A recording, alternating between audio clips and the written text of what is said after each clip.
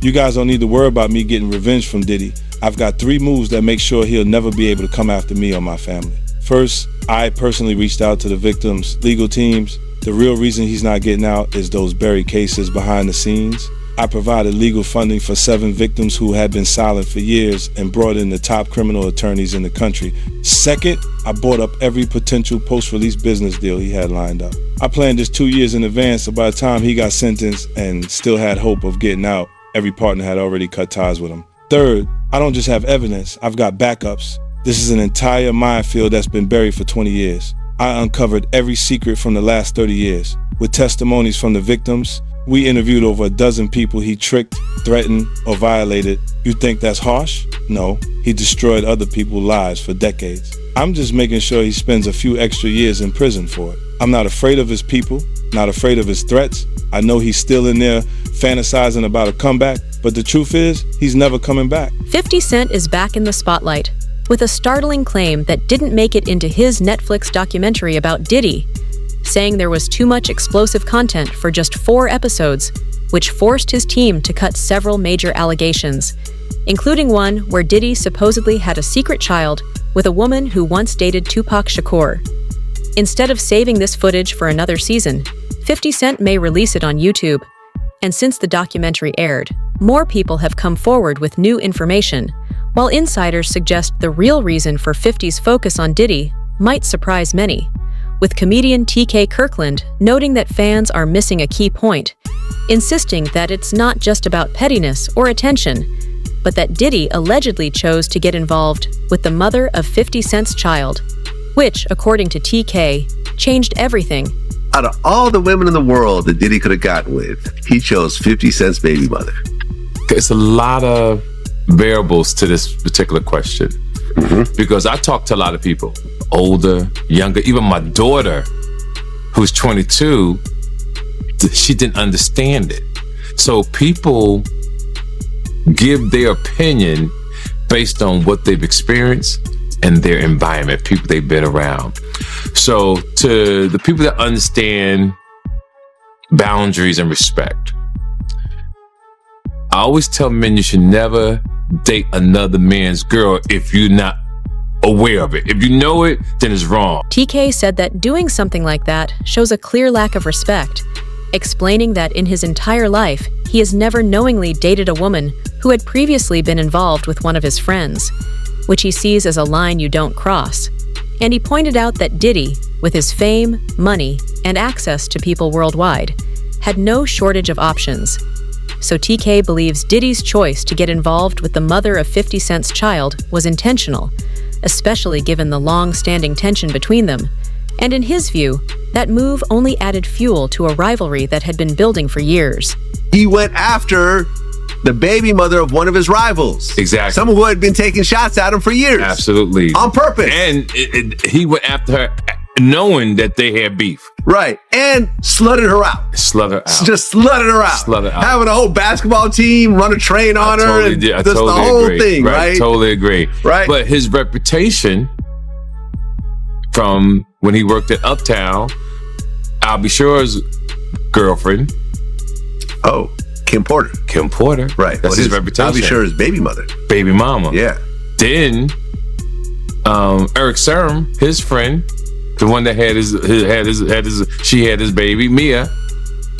So he's had a reputation of going after people. Tupac's ex-girlfriend. He got a baby with her too. Exactly. Yeah. So my point that I'm making to the men listening, well, if you don't understand this, then you just poorly educated and don't really have common sense.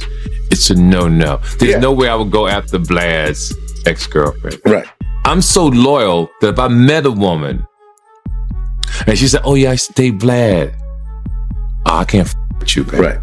I won't even put my, excuse my language, because that's how I move. Other people don't move like that, but you see me in Paris, you see me all over the world. Why would I want to do that to mess up a relationship? While 50 Cent's documentary has drawn significant attention and praise, not everyone sees it as a complete success, as Gene Deal has come forward with serious claims that some parts weren't original and that his ideas were used without proper credit. I seen an interview about he said that he had a lot of footage had to be down. The documentary had to be downsized. You understand? I don't really believe that, because a documentary is a documentary, and they could have had 45 minutes. They could have had an hour, to each one of those. You understand? They left out certain things. He said they even left out the one about Sarah Chapman. You understand? And for whatever reason, he probably left out a lot of other different stars too. Situations that they could have spoke about. You understand?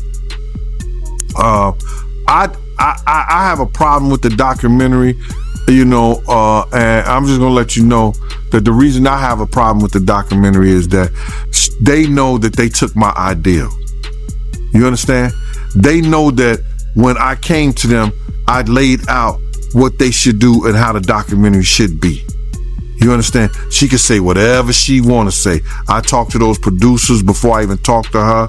They wanted to know what I had, what I was bringing, my pictures, all that stuff like that. And I told them about me, Tim, and Kirk. You understand what I'm saying? And how it would go. They did the same thing. This ain't the first time they stole from me, man. If you look at the Notorious Big, if you watch the Notorious Big, that part about the shoes, I had that in my book. And I was talking to K.O. Copeland. He was one of the writers of that movie. And I told him about when I let Big use my shoes at Soul Train Award. You had this old flunky ass dude, Mike B, get on Angie Martinez's show and talk about, yo, Big, he wore mixed max shoes and he went out there and performed. When you go look at the film, when you go look at Big performing that on that show, ain't nothing mixed match about them shoes. There was $800 Maury's, size 14D. Big wore a 14E. E means that his shoes is a little wider than mine. He struggled, but he put them on and he went out there and performed. Those was my Gators that he had on. You understand? They did a little skit trying to disrespect me in the movie. You understand?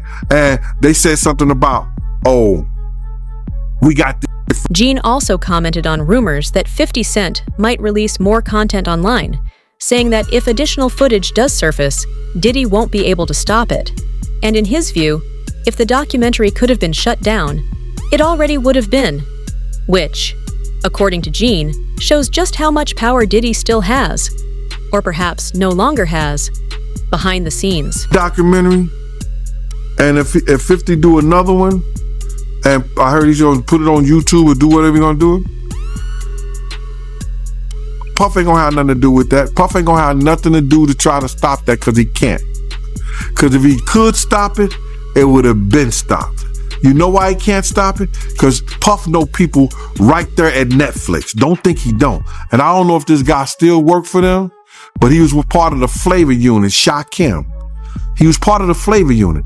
He was good friends. He was cool with Puff and them. Flavor Unit and them, Queen Latifah and them, they was cool with Puff.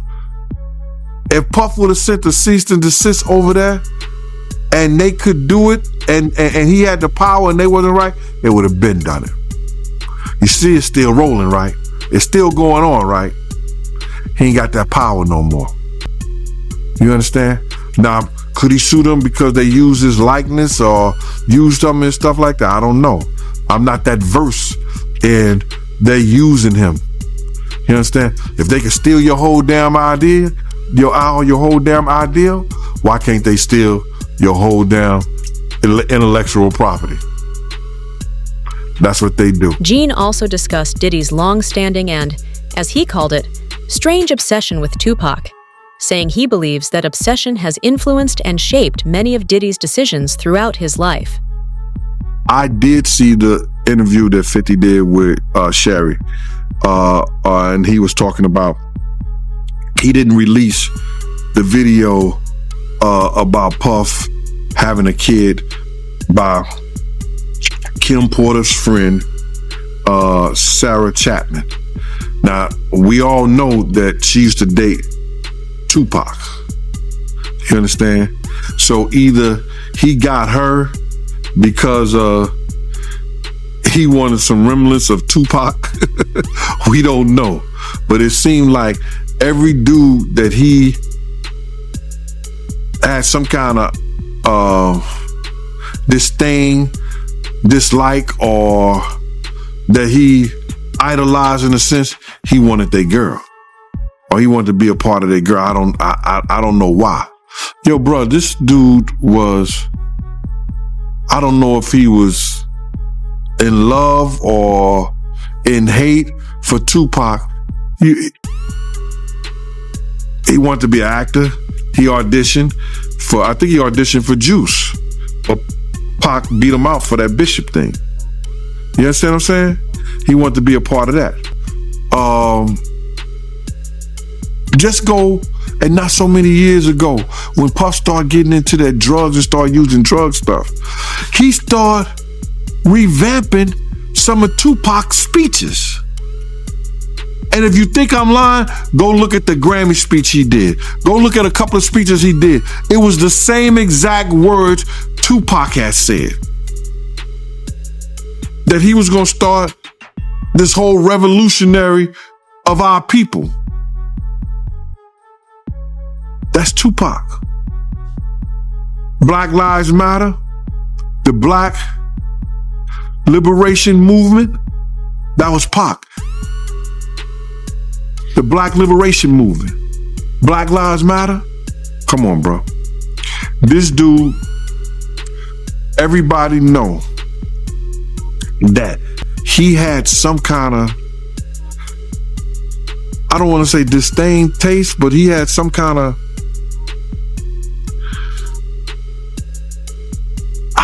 I don't, jealousy of Tupac, bro.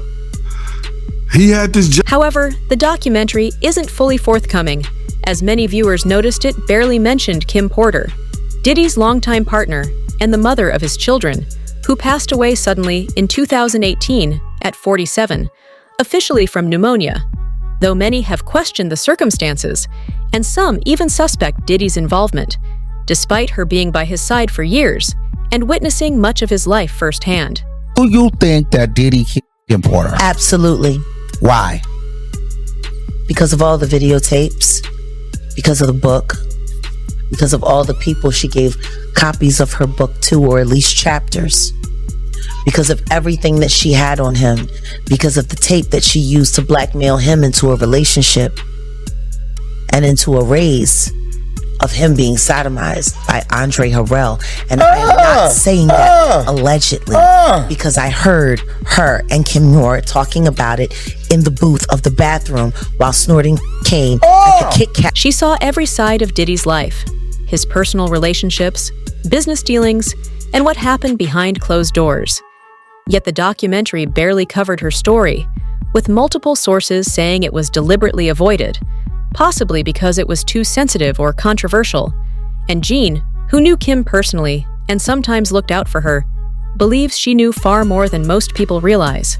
It was alleged that she did have a book, and that her book was about to come out.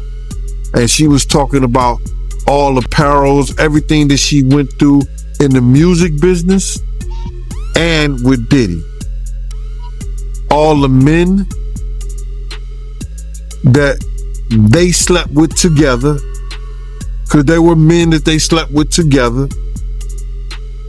There were swinging times that they slept with together.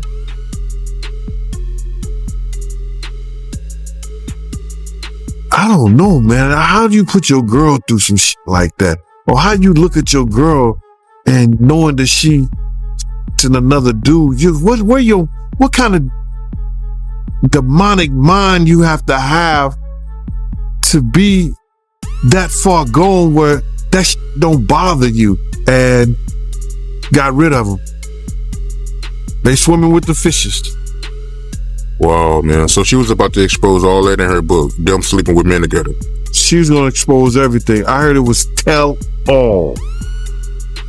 Yeah, that's crazy, man. Just curious, right? Did you know that Diddy and Kim had that type of relationship back then in real talk? Yeah. Yep. Because I know somebody personally that lives in Atlanta that was swinging with them, and I would never mention his name because he's a good brother and he knows my family down there. You know, he knows my family down there, and I would never, put his name out there like that.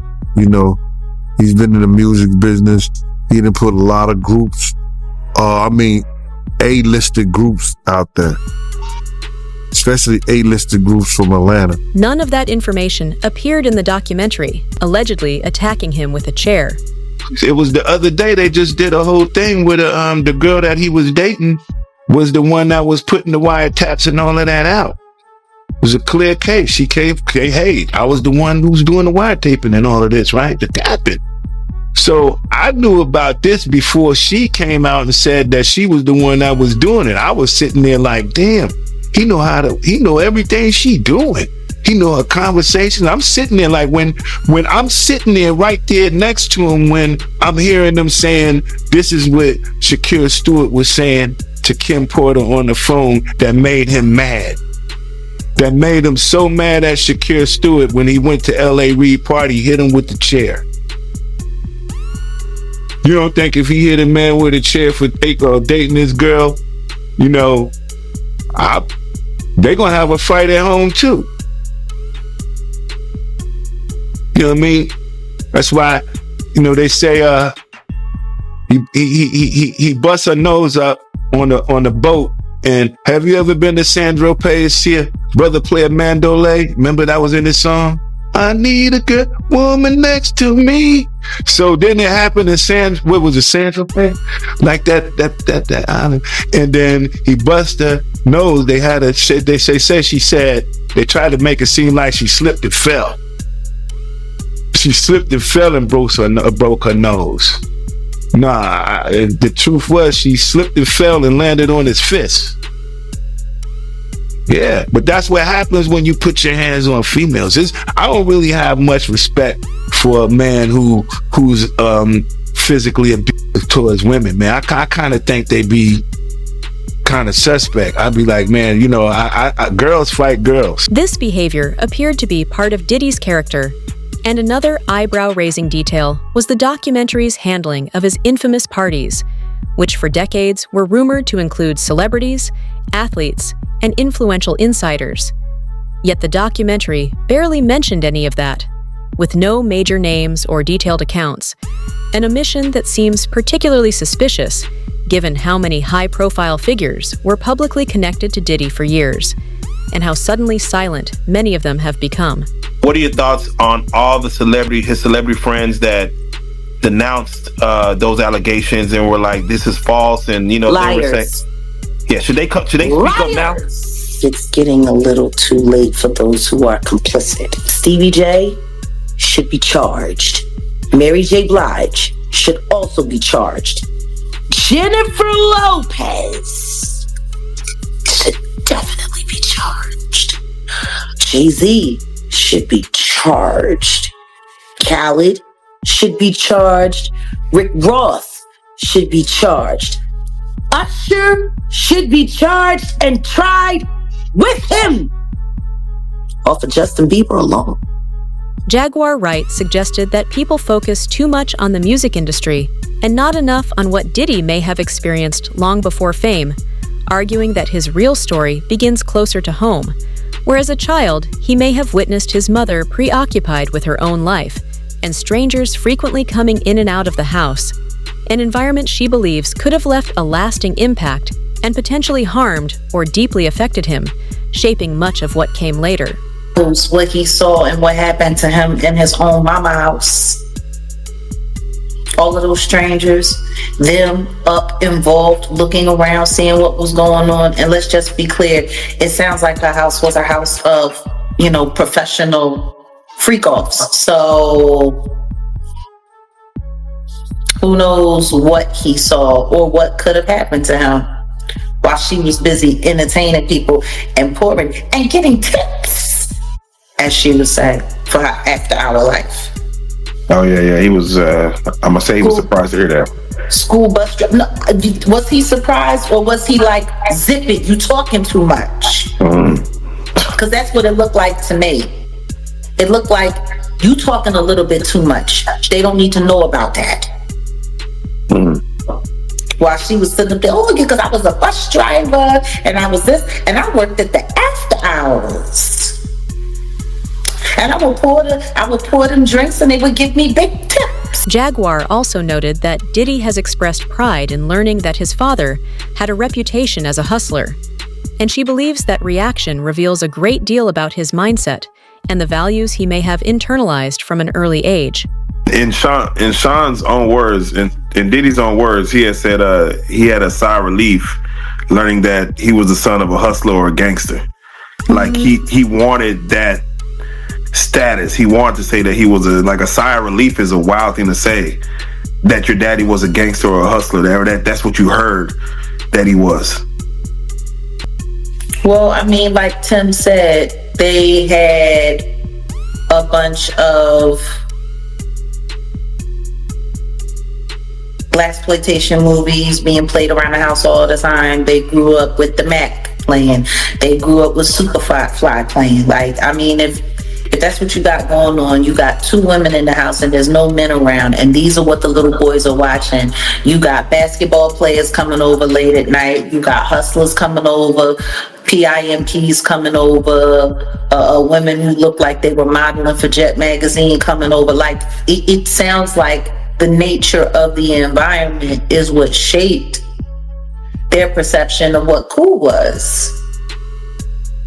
So yeah, I mean, I'm sure for him it was, oh man, that's who my dad was. So I'm sure for him, it made him feel good, because all of that stuff that he was watching, he really came from that. But that was really his legacy. And yeah, I'm sure for him it felt good to know that his dad was this big hustler who turned out to be a snitch, who got his brains removed from his head in a very, very, very unpleasant manner. She links that mindset to how hip-hop culture later glorified similar figures, noting that many rap personas were inspired by movie characters symbolizing power, fear, and respect, and believes Diddy didn't just admire that image, but felt personally connected to it because it mirrored his upbringing, while also describing his relationship with his mother as unusual and deeply uncomfortable for reasons she considers particularly eerie. For the situation where they say he was trying to shape Misa into his mother, can you see that? Like, yeah, with the blonde hair and yeah, and all of that. I mean, somebody really asked a question: what kind of man puts his hands on his mother? The same kind of man that parties with his mom, the same kind of man who kisses his mom in the mouth, the same kind of man who seems to have accurate knowledge that his elderly mother can put both of her hands, her palms, on the floor and while she's standing up, bent over. Oh damn, I ain't seen that one. You never seen the Instagram video where he was talking about how his mom is still young and spry and how she still liked to party and how they was getting a IV drip? Oh. And she was kissing him in the mouth on the video when he was like, yeah, my mom can bend over and touch the floor with her palms. It's a very, very, very weird relationship. According to Jaguar, the most disturbing aspect is that things seem to have come full circle, as she raises concerns about Diddy's relationship with his own children, claiming multiple people allege they were exposed to situations they shouldn't have been, and she questions what kind of parenting would allow that, and why so many adults who supposedly knew about it stayed silent. I mean, you know, it kind of goes into, I mean, he seems to be having, and again, I know the freak offs, that his son is there. Like, it seems like he likes to get down with his kids. Yeah. But that wasn't all. Just to hear Little Rod say, like, the boys were around. Roger Bonds talked about the children as well. What kind of parenting relationship is that? But then again, that goes back to the conversation of Lori Harvey, Steve Harvey's daughter. It was all known that she was spotted in them streets with Justin, and then she was spotted in them streets with Diddy, and they all tried to sit there and pretend like that wasn't what it was. Like, I don't know if anybody has not noticed, but ever since Diddy got pinched They've all been trying to pretend like all of the stuff that we've seen that happened, that they was all involved in, didn't happen. If Lori Harvey was hanging out, and it's kind of weird, like the whole relationship with Justin looks weird. He looks like Mini-Me with Dr. Evil. It's weird. Like, why are there people? Why is there sexual behavior going on? And why are people naked in front of their kids, G? Doing all kinds of stuff. And meanwhile, Misa's running around making comments about how she don't like the way that Eric Sermon was depicting her in the documentary. You don't like the way you're being talked about in the documentary. You don't like the fact that, because see, it wasn't Gene Deal, because Gene Deal said he wasn't there, and thank God that he was able to admit that. Kirk Burrows did say that he was there and present when Diddy was beating the brakes off Misa and putting the feet to her up underneath the car well. The question now is what other allegations might emerge in the next wave of footage 50 Cent could release, and readers are invited to share their thoughts in the comments below.